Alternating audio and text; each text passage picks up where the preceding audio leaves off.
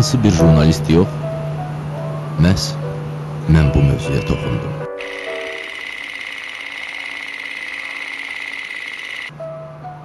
Yəqin mən lazım anda, lazımlı yerdə oldum.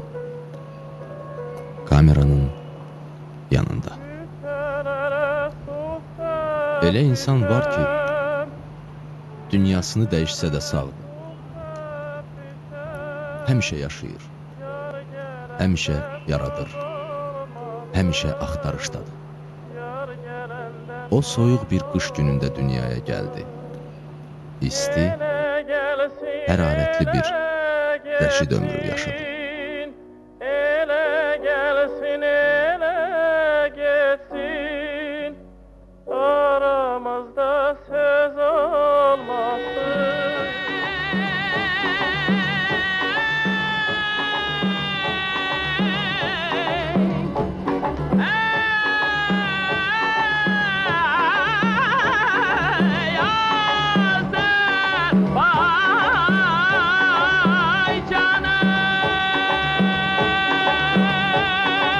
Я очень стараюсь жить по законам Рашида Бейбутова.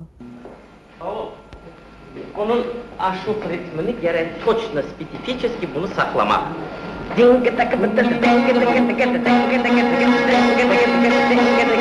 Bunu saklamadan öldü. Вся его жизнь – это гастроли, это поездки, это месяцами моего ожидания.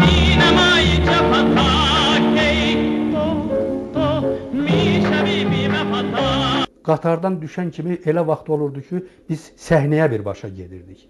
Bu boyda insan yorulmurdu. Где бы мы ни выступали, в малом ли зале, в большом, он начинал азербайджанской песни. Потом он пел, как правило, советскую песню, «Катюша», весь зал подхватывал. Он пел русские песни, пел испанские песни. В Чили с огромным успехом он пел чилийскую народную песню. Любовь – это с Бомбея привозить необыкновенный цветок только в Бомбее, который растет.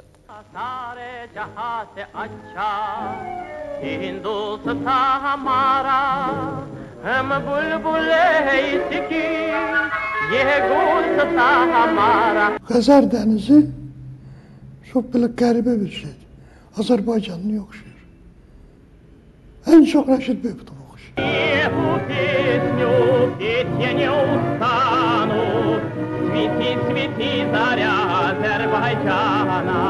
Birinci dəfə, ilk dəfə eşidəndə dedim ki, bu ilahi səsdir, yoxsa insan səsidir. O dərəcədə mənə belə təsir elədi. Və mən deyərdim ki, o səsdən sonra bəlkə də mən musiqi aləminə vuruldum. Könlüm səninəsirin, qəlbim sənindir yar, qəlbim sənindir. İnsaf elə, xoş sözlə, məni qəlbindir yar, məni qəlbindir. Rəşid Behbudov 1915-ci ildə Tiflisdə dünyaya gəlir. Evin ən kiçiyi olur. Böyük qardaşı Ənvər və bacısı Nəcibə. Məktəbdə oxuyarkən digər şagirdlərdən istedadı ilə seçilən Rəşid, təhsil aldığı məktəbin bütün tədbirlərində çıxış edir. Yalqızam, yalqız, gəl mənim möhnətə, o da salan vəfası. Rəşiddəki musiqi duyumunu kəşf edən atası Məcid Behbudov onunla ayrıca məşğul olur. Rəşidin atası Məcid Behbudov 1873-cü ildə Şuşada Qarabağ bəylərindən olan Behbudalı bəyin ailəsində dünyaya gəlib. Məcid Behbudov xanəndəliyə başlamazdan əvvəl Azanxan və Mərsiyəxan kimi Şuşanın bütün dini mərasimlərində iştirak edib. Rəşidin anası Firuzə Vəkilova 1894-cü ildə Qazaxda məşhur Vəkilovlar nəslindən olan Abbasqulu Vəkilovun ailəsində anadan olub və kiçik yaşlarından hər tərəfli təhsil alıb. Firuzə xanım ailəsi ilə toy mərasimində iştirak etmək üçün Şuşaya gəlir zəmanəsinin tanınmış xanəndələrindən olan Məcid Behbudovla burada qarşılaşır. Firuzə Məcidlə bərabər Tiflisə qaçaraq ailə həyatı qurur. Məcid Behbudov Qafqazın görkəmli xanəndəsi kimi Tiflisdə Dvaryanski kluba dəvət alır. Firuzə xanım burada Nərman Nərmanovun təşəbbüsü ilə yaradılmış Müsəlman Qadın klubunda fəaliyyətə başlayır. Az müddət sonra klubun rəhbəri seçilir. Firuzə Vəkilova Tiflisdə yaşayan Azərbaycanlı qadınları rəhbərlik etdiyi quruma cəlb edir. Məcid Behbudov isə tanınmış xanəndə kimi uğurlu sənət yolunu davam etdirir. Hətta müxtəlif xarici şirkətlərdən valların buraxılması üçün təkliflər alır və 40 qramofon valı buraxılır. Belə gəzib səyahətlər, mən səndən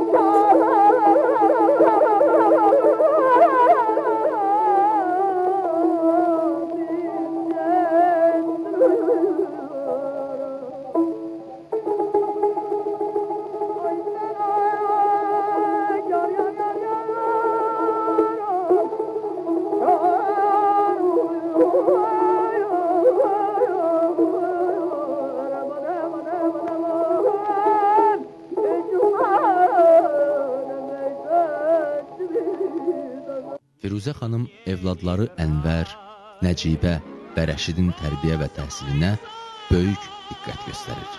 Uşaqlar demək olar ki, bütün günlərini Dram dərnəyində keçirir. Ailənin böyük övladı Ənvər klarnet, Nəcibə fortepiano sinfində təhsil alır.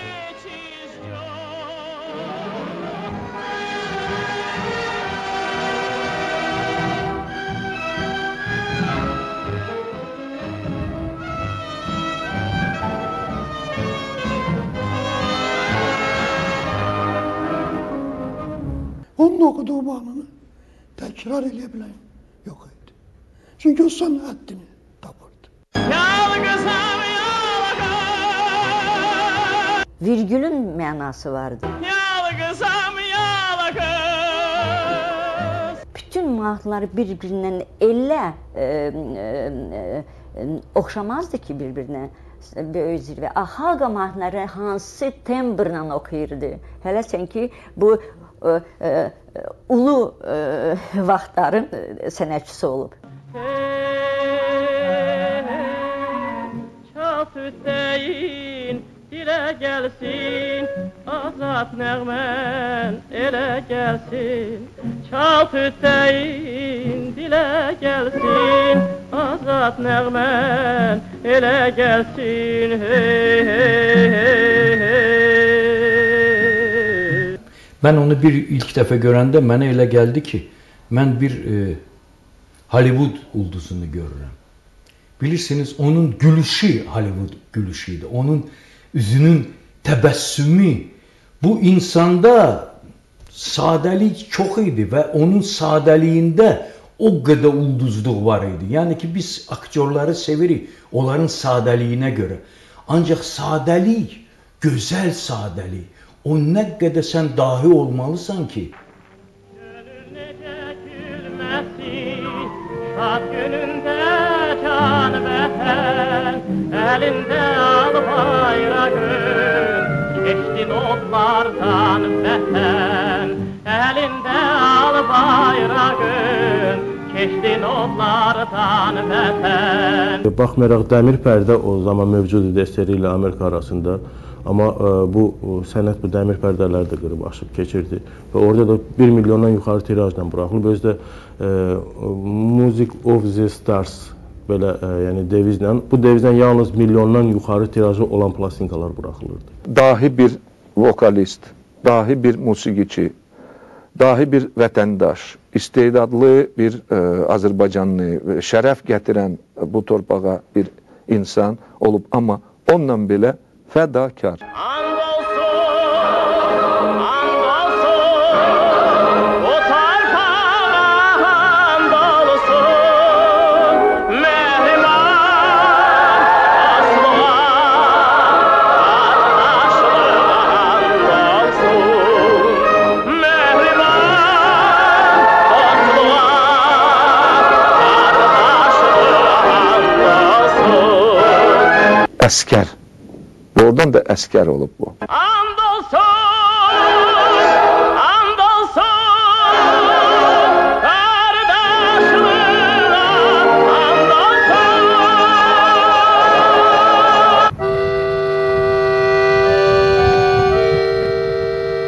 1933-cü ildə Rəşid orta məktəbi bitirir. Elə həmin ilin yayında Tiflisdə keçirilən ümumşəhər tədbirində ilk dəfə olaraq minlərlə tamaşaçı qarşısında çıxış edir. Rəşid bundan əvvəl oxuduğu məktəbdə səsi ilə tanınırdı. Hətta bir neçə gürcü filmlərində epizodik aktyor kimi rollara da çəkilmişdi. Musiqi sənətində növbəti addımını daxil olduğu dəmir yol texnikumunda atır. O, tələbələrdən ibarət Gürcüstanda tamamilə yeni janr olan Big Band tipli öz fəaliyyət orkestri yaradır. Konsertlərdən birində Rəşid Gürcüstanın klassik vokal məktəbinin banisi məşhur David Anguladze ilə tanış olur. Onun məsləhəti ilə Gürcüstan Opera və Balet Teatrında işə başlayır.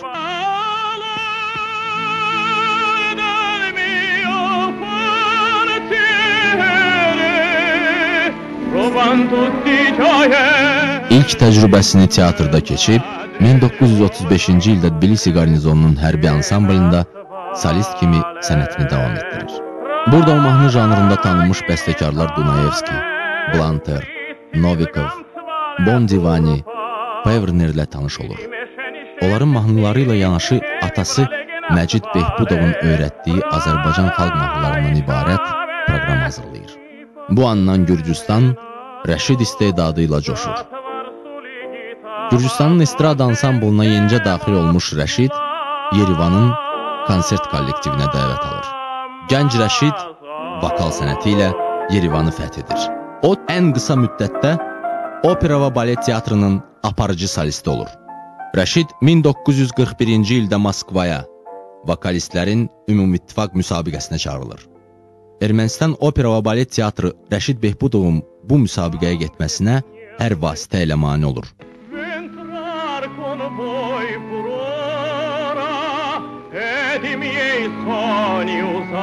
Çünki onlar yaxşı başa düşürdü ki, bu Rəşidi onlardan ayıran səbəb ola bilər. Rəşid Behbudov dünya miqyasına çıxmaq üçün əldə etdiyi bu şansı itirmək istəmədiyindən teatrdan ayrılır və Moskvaya yola düşür. Ancaq müharibənin başlaması ilə əlaqədar müsabiqənin keçirilməsi təxirə salınır. Rəşid yenidən Ermənistan Dövlət Caz Orkestrinə qayıtmalı olur və orada işini davam etdirir.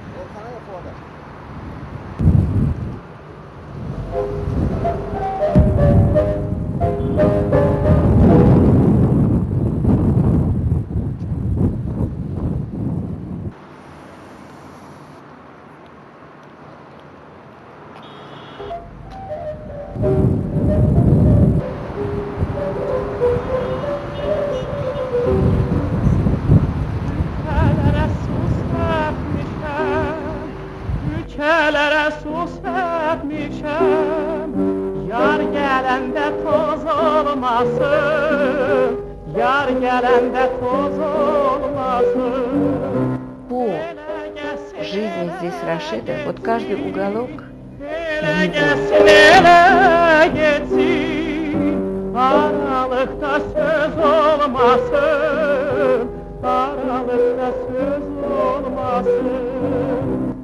балкон, он любил выходить, смотреть на море. Здесь он встречал вот Фикрята Амирова, здесь он встречал Тофика Кулиева, Султана Гаджибекова, Карика, вот на этом балконе.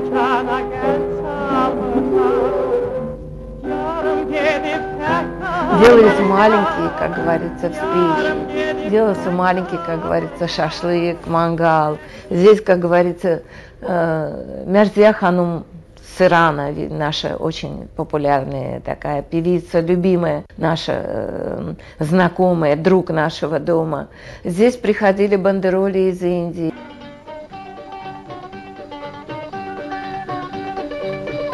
И кто сюда не входил, поражали не квадратура этой квартиры, а дух gostiprimства этой kvartiri, дух этого хозяина. Təyyarə meydanında Hindistan kino incəsənəti ustalarını, Bakı ictimaiyyəti və Respublikamızın incəsənət işçiləri böyük səmimiyyətlə qarşıladılar.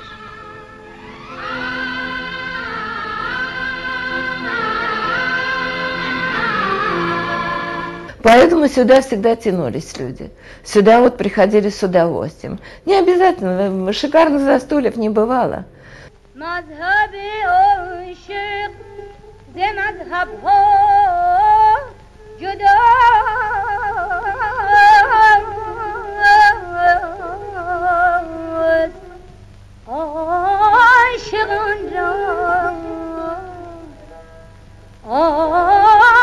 عاشقان را مذهب و ملت خدا. Но была музыка, были пересказы, рассказы, дивные прослушивания, как говорится. Это сувениры какие-то, демонстрации и так далее. И рассвет мы видели, как поднималось солнце.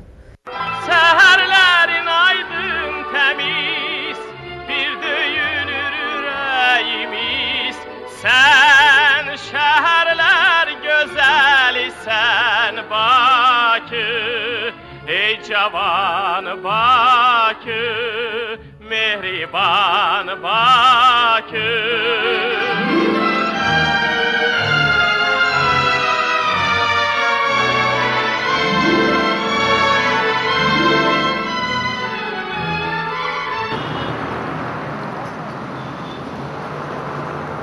Жены, это вы понимаете, что это живая история соприкосновений с чудом. Вот как было у меня.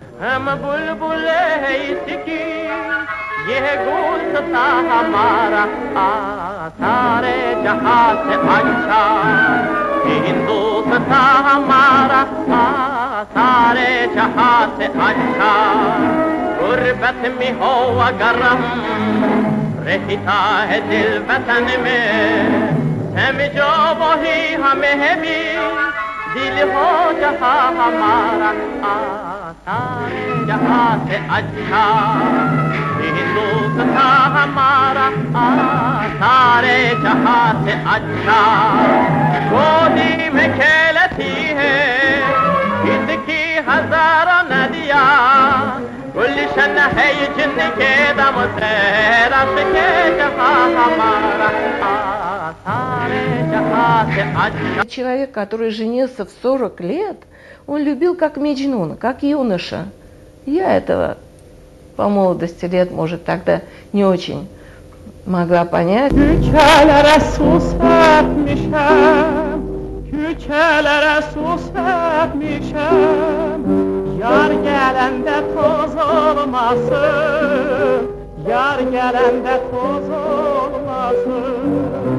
Ele gelsin, ele gitsin, ele gelsin, ele gitsin. Aralıkta söz olmasın, aralıkta söz olmasın. Капризничала, кокетничала, понимаете, это было все, к сожалению, к сожалению. Сейчас у меня такое мудрое понимание всего. Мое сердце, милый друг, у тебя в плену, яр, у тебя в плену. Почему не хочешь ты на меня взглянуть, яр, на меня взглянуть? Ты капризна и беспечно, но не забывай, красота, мой друг, не вечна, ею не играй. Голос мой зовет,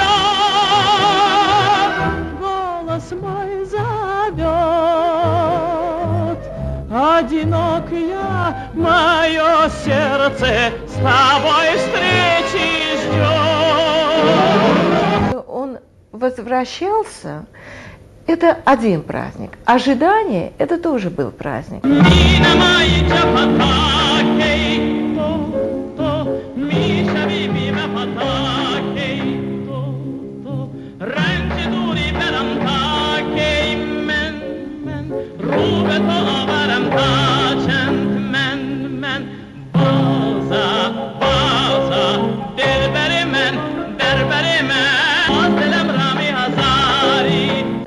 Не было города, откуда бы он ни звонил. Не было бы страны, откуда бы он ни посылал какие-то милые телеграммы.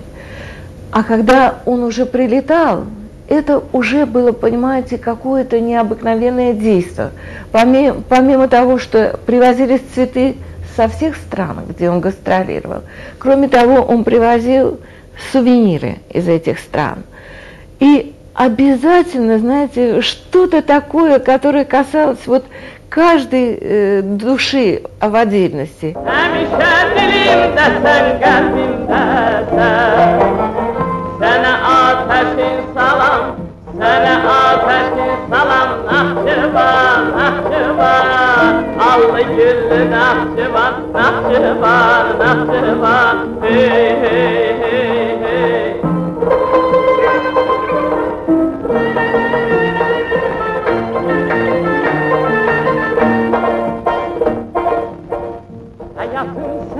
Bahar senin bahar, aziz sen güzel diyar, güzel diyar.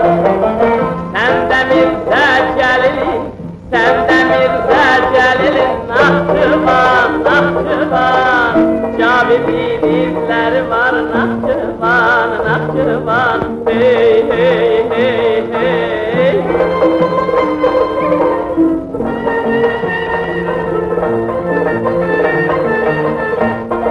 Во-первых, ночные бессонные ночи пересказов, рассказы о гастролях, о встречах с великими людьми, о концертах, показы, как в лицах, как кто к нему подошел, какая женщина его обняла, какие теплые слова сказала, какой, как говорится, как Неру показывал ему, как кушать плов.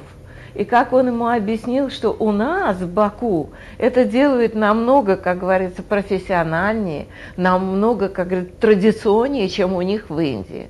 Как он рассказывал, как Индира Ганди гуляла с ним по саду, какие она цветы показывала, и как он говорил, что таких роз, как шики у нас, у них в Индии нету. Понимаете, такие водопады, как у нас, он даже в Швейцарии это не видел. Вы знаете, все его пересказы были параллелью с сравнением с родиной, с Азербайджаном. Здесь я дружбу узнал, и любовь, и почет.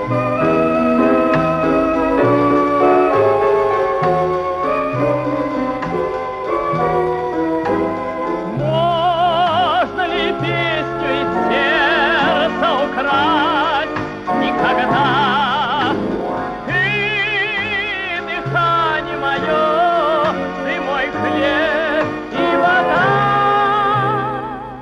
Предо мной распахнулись твои города, весь я твой, навсегда в сыновья тебе дан. Азербайджан, Азербайджан, Азербайджан.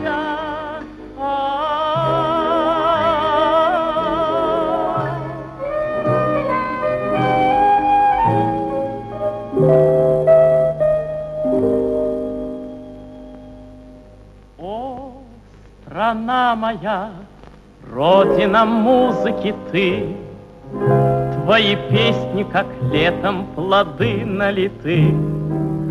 Пусть Баку мой неведомый гость навестит, миллионами солнц его ночью удивит. Здесь он дружбу найдет, и любовь, и почет.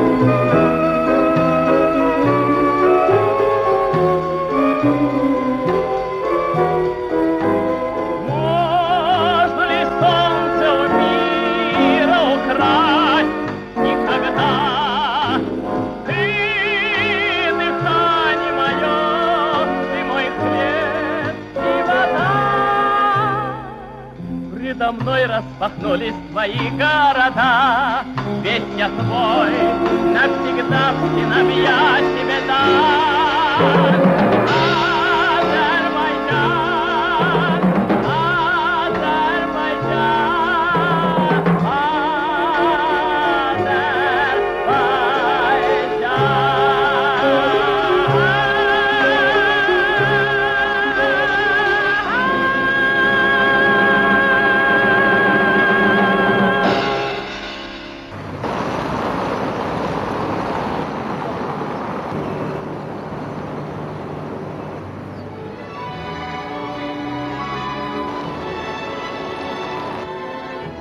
...1943-cü ildə orkestrın tərkibində Bakıya qastrola gələn Rəşid, Üzeyir Hacıbəyovun Arşın Malalan operettasındakı əskər roluna aktyor axtaran Rıza Təhmasibin diqqətini cəlb edir.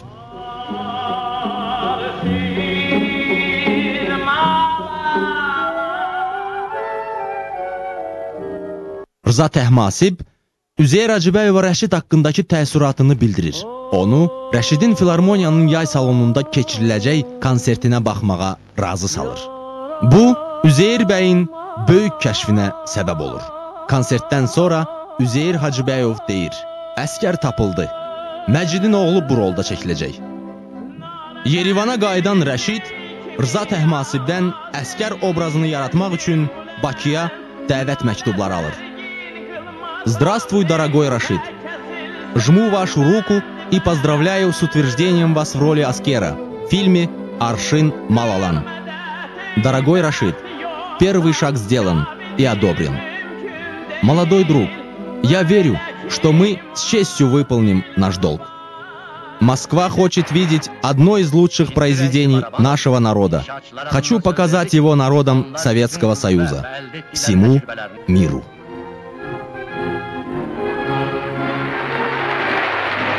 Рашид Бехбудов cavab telegramında yazır. Дорогой, милый Тахмасиб, большое спасибо за вашу преданность и любовь ко мне. Счастлив и благодарю вас. Я помню ваши золотые слова. Хочу работать с вами, если пожелаете. Вообще, помогите мне. Yerivana qayıdan Rəşid Behbudov Rıza Təhmasibdən əskər rolu üçün aldığı dəvət teleqramına qəbul cavabı yazsa da, Ermənistan Caz Orkestri onun Azərbaycana gəlişinə mane oldu.